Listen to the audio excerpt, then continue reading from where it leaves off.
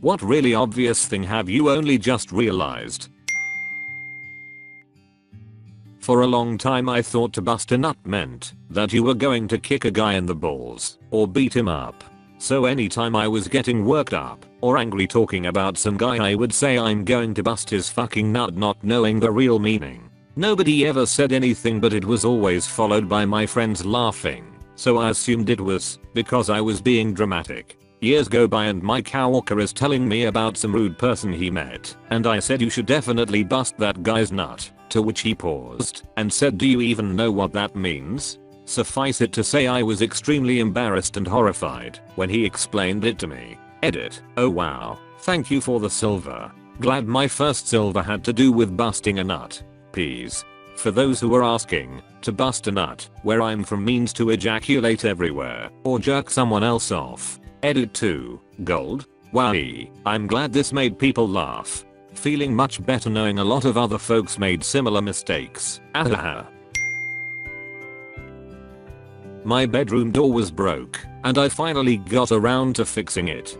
Thought the knob was broke cause it was pushed in towards the door, so I pulled it out and realized that was how you lock the door. As a small child, like maybe age 4, my family told me the powder room door at my grandparents' house didn't lock. I had a reputation for accidentally locking myself into places, so they didn't want me locking myself in there, I guess. I was 18 before I accidentally locked the door just like that, realized how it worked and emerged from the bathroom mortified and amused that I had gone all those years thinking the door just didn't lock. No one even remembered lying to me about the lack of lock.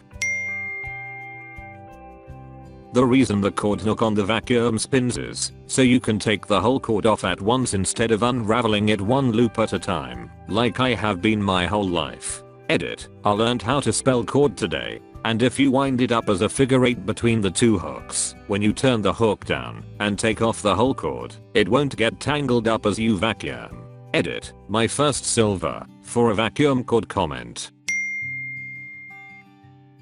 My boyfriend did not know that his electric toothbrush has a timer on it that goes off at 1 minute and 2 minutes. He actually returned it and got a new one thinking it was broken, since the timer is just a brief sort of pause / reduction in the vibration.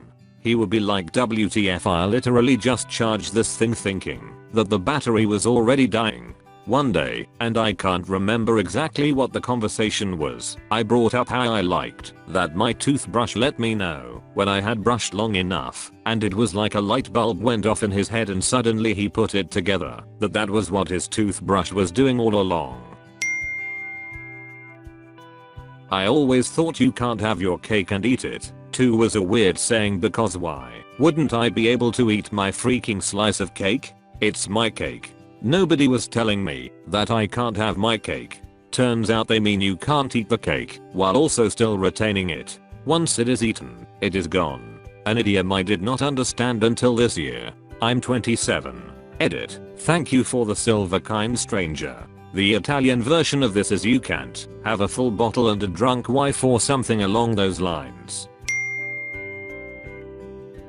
I kept seeing the same Chinese characters on restaurant signs and I always wanted to know what it meant. A week ago I found out they mean restaurant. I used to always pour water into our coffee maker 1 glass at a time. It was such a pain in the ass, especially to fill the reservoir to the number of cups I wanted. Until I realized I could just fill the carafe with water, which has the exact same measurements, and pour the water in that way. I'm a Brit who got sucked into a holiday job doing door-to-door sales for a MLM company in the US. All the doors were signs saying no solicitors confused me. As I was neither an attorney or a rent boy, I figured I was in the clear. Fortunately, the local police took an afternoon out of my day to explain. Since you just brought it up, I went years after seeing the movie Trainspotting, thinking Rent Boy was just a cute folksy Scottish nickname for a guy whose name is Renton. Wasn't till I read the book, and he mentions being offended by the sobriquet, that I bothered to look it up. Not a term one will hear in America, that's for sure. The first time I visited the USA I was on my own, and in New York, and going to all the museums. I kept seeing signs that said no strollers and thought, because we call strollers prams in the UK, that you guys are super strict about the proper amount of attention required to visit a museum. I actually pretended to show more interest than I had and ought not to be thugged as some deadbeat out for a casual stroll. It wasn't until about day 3 that I saw a no strollers sign that included a graphic for idiots. Edit. Woohoo. Thanks for the gold and silver and 40x the karma. Oh, my first visit to the States, I went to a supermarket on my own, and at the checkout the lady asked me paper or plastic, and I didn't know what she meant, so I said I have cash, and she very politely didn't tell me I was an idiot. She was in fact asking what type of carrier bags I wanted my shopping putting in, instead of how I was going to pay. One time I was at a restaurant with a friend, sharing salsa and chips. I commented that the salsa had a very strong cilantro flavor, and she commented she couldn't taste anything other than coriander. We debated the issue for a few minutes, in disbelief that the other person was tasting something completely different, and couldn't pick up on the taste the other thought was prominent. When I saw coriander seeds at the store a few weeks later, I bought them to see what taste she had been talking about, and then the truth clicked. I mean, at least you guys weren't arguing about how the salsa does or doesn't taste like soap. Definitely cold bean worse. This girl I know has a dog named Deirdre. 2 years into knowing her and being around Deirdre, I was having a conversation with her sister-in-law, and I said I love the name Deirdre. How did she come up with that? Her sister-in-law responds, Deirdre, and I said yay, it's a neat name. She started laughing and said no, D-O-G. The way you spell dog. I'm still mind blown about this lol. We got a chocolate Labrador quite a few years ago. My dad has been known to name animals after what species they are. This time around, my mom wouldn't let him name the dog, so he named her Kitty. He also named his horse no name.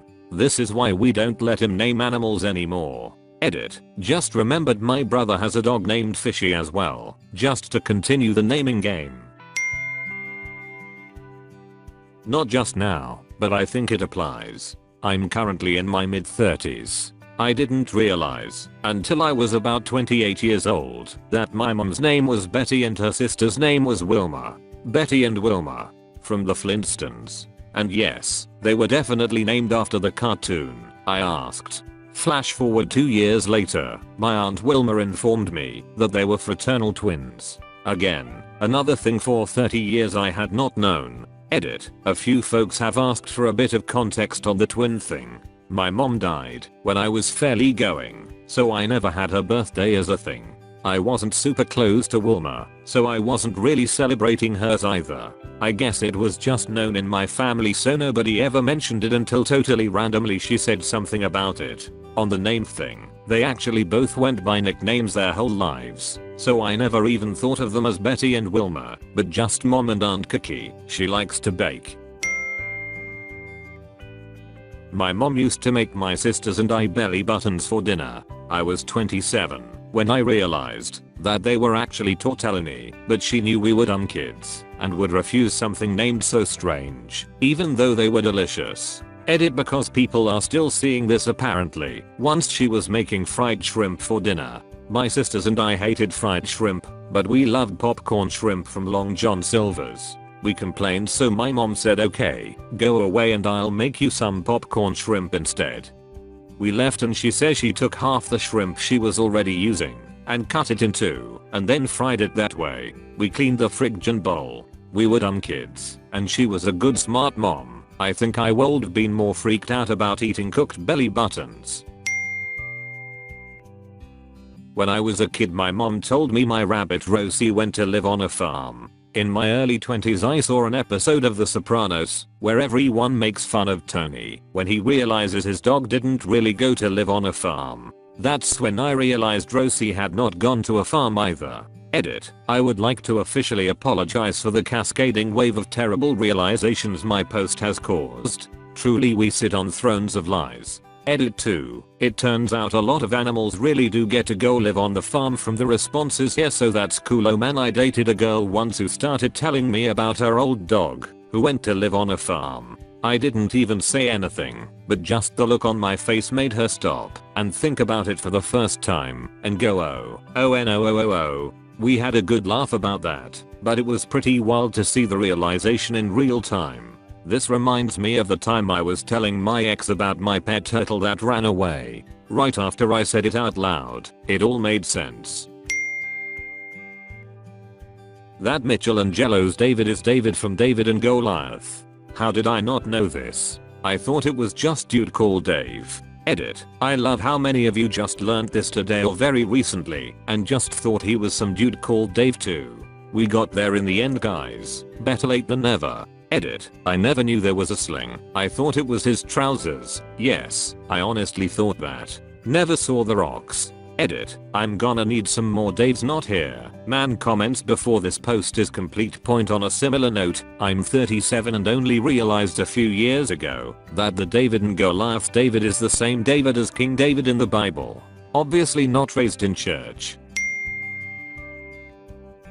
That the division symbol is just a blank fraction with dots replacing the numerator and denominator. In the same vein, it took me longer than I'd care to admit to figure out that rational numbers means they can be expressed as a ratio of integers. I never had a math teacher explain it that way and it never clicked. I just thought, wow, what a weird way to describe numbers. Thank you for watching. If you enjoyed the video, hit like. If you would like to see more, feel free to subscribe.